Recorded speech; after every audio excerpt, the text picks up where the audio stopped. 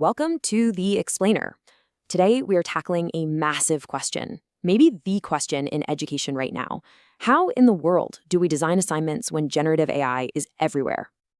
And look, this isn't just another app or a new piece of software. It's being called a critical inflection point, a moment that's forcing us to completely rethink, well, everything. How we teach, and maybe even more importantly, how we figure out what students have actually learned.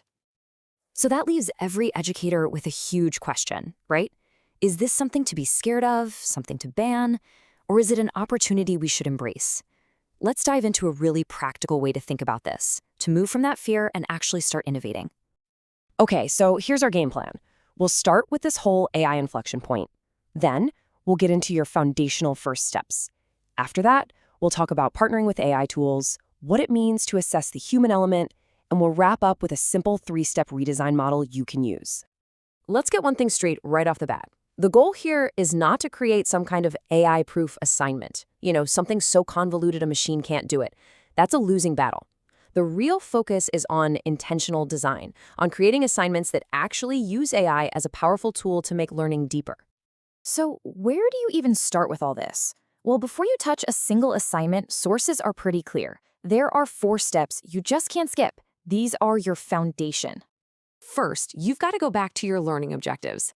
What are you really trying to teach here? Second, and this one is huge, you have to test your own assignment with AI, see where it breaks, find the weak spots. Third, you need a policy, a crystal clear, transparent policy on how AI can be used. And finally, you have to model it. Show your students what responsible AI use looks like. Get these 4 things right, and you've got a solid framework. And let's zoom in on that policy for a second, because being vague here is a recipe for disaster. You have to be super explicit.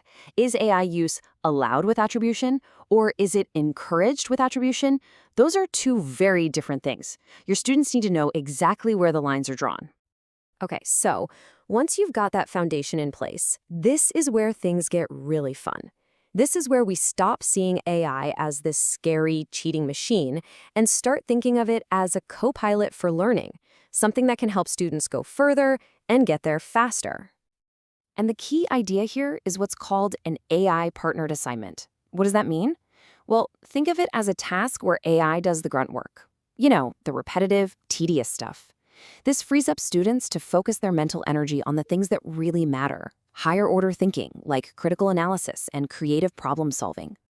So what does this look like in practice? Well, AI can be amazing for the early stages of a project. It can help brainstorm ideas, summarize really dense articles, or even whip up a quick outline. It can even create visuals for a presentation. Basically, it streamlines all that prep work so students can jump into the deep end of the thinking process way sooner. But it gets even cooler than that. AI can create these really interactive practice sessions that were just, impossible to do for a whole class before.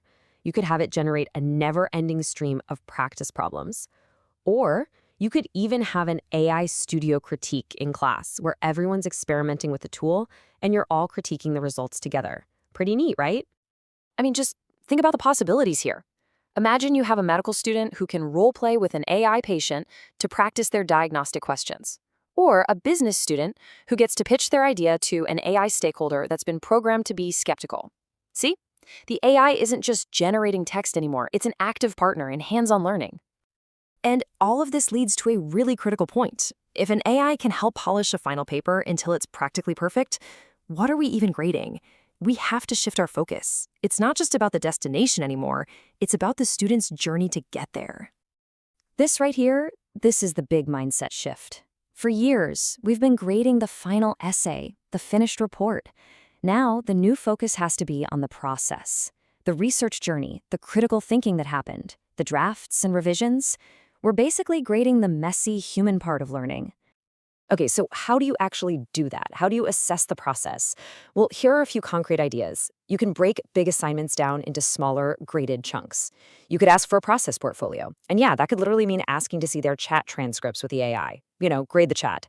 Or you could design these really authentic tasks that are so tied to a local context or a personal experience that a generic AI answer just wouldn't cut it. And this gets to something incredibly powerful. Asking students to reflect on their own learning process. It's called metacognition, thinking about your thinking. Having them explain how they used AI and whether it helped or actually hindered their understanding, that's where the real deep learning happens. That's the part that is uniquely human and totally irreplaceable. All right, let's pull all these ideas together into a super practical takeaway. This is a simple 3-step model you can use to look at any of your current assignments and get them ready for this AI-aware world. It's called conserve, streamline, and transform. Super simple. Step 1, conserve. You ask, what are the core human skills here that students must do on their own without AI? Protect those. Step 2, streamline. Where can AI help with the busy work? What secondary tasks can it handle to save time? And finally, step 3, transform. This is the fun part. How could AI create a totally new kind of learning experience that just wasn't possible before? When you use a model like this, you stop playing defense. You're not just AI proofing anymore. You are intentionally and proactively designing with AI to build better, more powerful learning experiences. It's a total game changer. So, let's do a quick wrap-up. The biggest thing is shifting your mindset from fear to intentional design. You've got to start with those foundational steps, especially with a clear policy. Remember to use AI as a partner to speed things up, not replace the thinking. And of course, assess that messy learning process, not just the shiny final product. The conserve, streamline, transform model is your perfect starting point for all of it.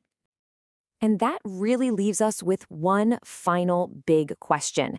The opportunity is right here, right now, to not just tweak what we're doing, but to really innovate. So the question isn't if we should respond to AI anymore, it's how.